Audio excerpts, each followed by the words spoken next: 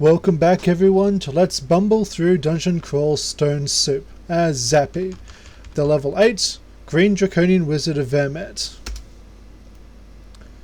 Alright, last episode we finished exploring dungeon level 7, so now we're going to progress down to dungeon level 8. It should be exciting, where the monsters get tougher and my chance of survival grows slimmer. Alright. Let's resume exploring this. There's an ogre. We know how to deal with ogres by now. What we do is prevent off their method of approach. Then, we leisurely pummel them from a distance. Until they just die, because ogres are far too stupid to actually think about walking around the wall of fire. Stupid ogres. Stupid ogres. Oh well. We're still alive, fortunately, so that's great news for us. And we've got some unidentified scrolls we can figure out what they do. Let's figure out what this scroll does. Scroll of Fog. Not useful at all. I think they block the the viewing of the monsters, but I prefer to just destroy the monsters, not mess around with them and try to hide from them. There's Grum. Let's see if we can handle Grum in our usual way of blocking off methods of approach and then blowing them up from a distance. Let's see if I can cast something a little bit more powerful. Nope, still just magic dart. Die from magic darts. Oh dear.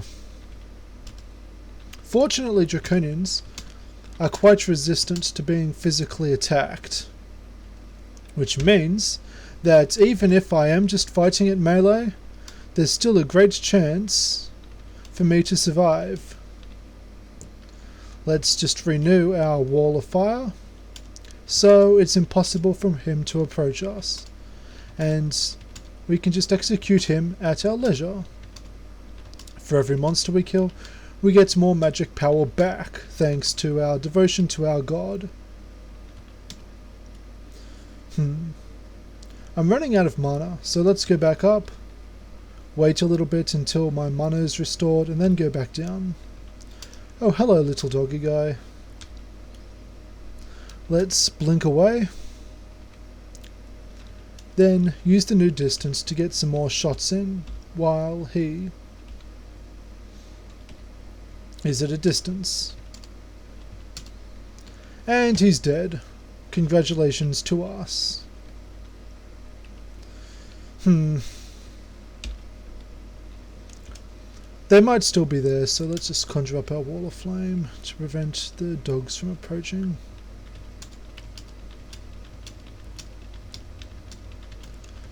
Yeah, I'm just staying in melee with him. I don't believe that he can hurt me, at least to an extent where I can die. I do need to be careful around other monsters though, which cause me a bit more trouble while I'm in melee with them. Before I descend down to dungeon level 10, I need to get some way of seeing invisible monsters, because after dungeon level 10, that's where monsters start becoming invisible, and fighting them gets to be a lot tougher.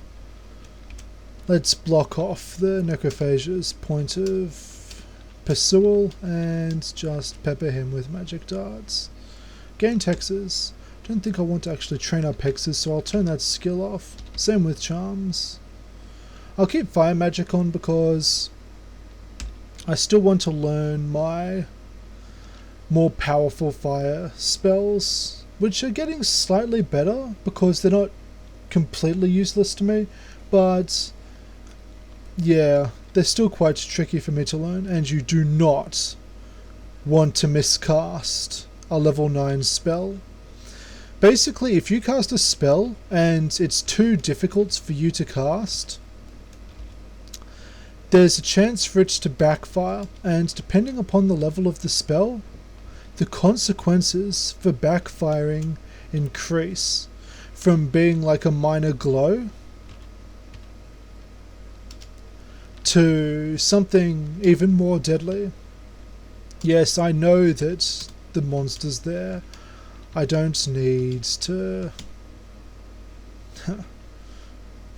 He tried to vanish and hide from me, but I knew where he was. They never think to move, do they? I do want to kind of be careful because I don't want to attract too much attention.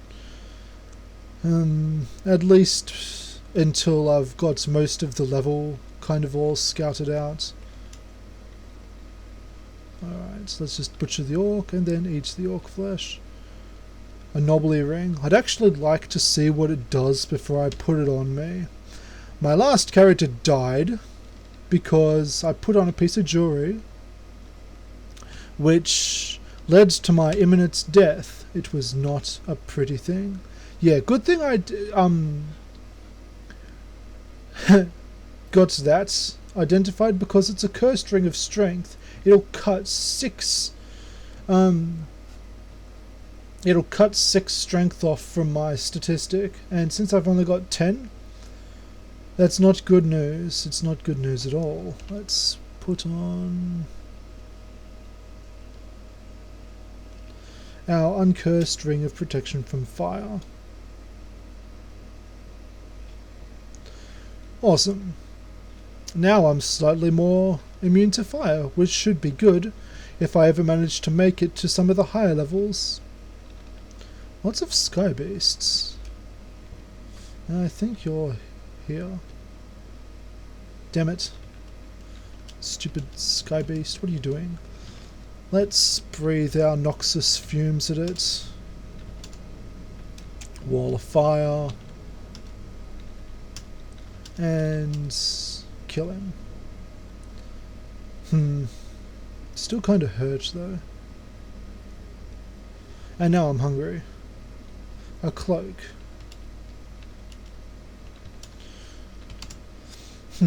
Well, at least we're still alive, and that is really all that matters. As long as I'm alive, there will always be hope. This scorpion's quite resistant to being zapped. Oh well. I'd actually like to follow him down and not have to deal with him a bit later on. Sky beasts everywhere. Look at all these sky beasts. Incredible. Yes. Fantastic. I know where you are, buddy.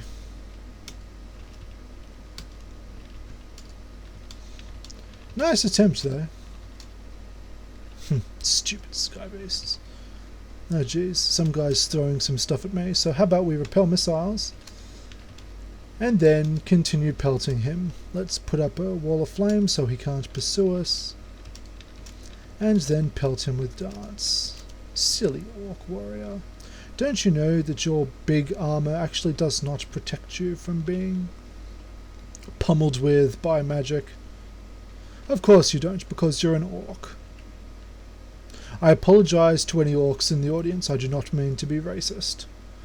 Block the orc. Alright, let's conjure flame here.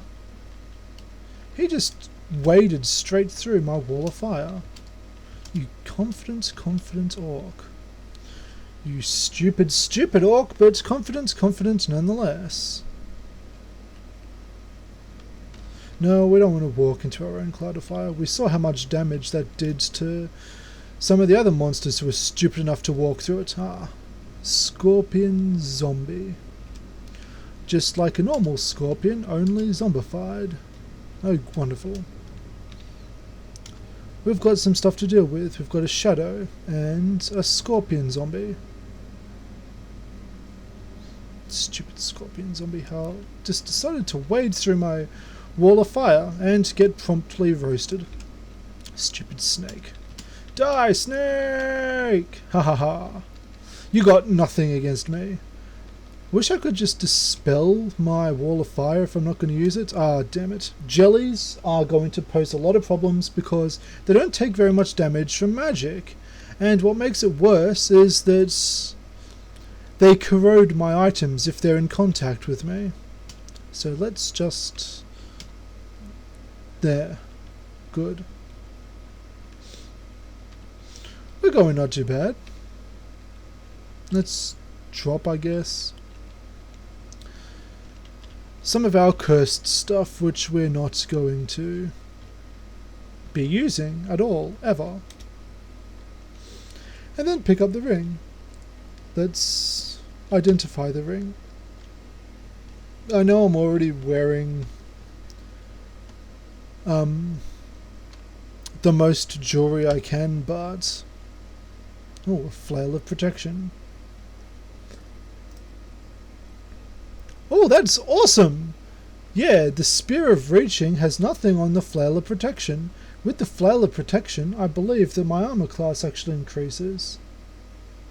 And that is much more important to our survival than just being able to hit something. So we're not actually going to whack anyone with it, we're just going to hold it for protection. It's like a shield, only in weapon form. Altar of the Shining One, God of Good and Paladins and nonsense, and our God won't approve if we pay any attention to him, so let's just ignore him. Like good, devout worshippers of Vermet. The Shadow. Stupid Shadow.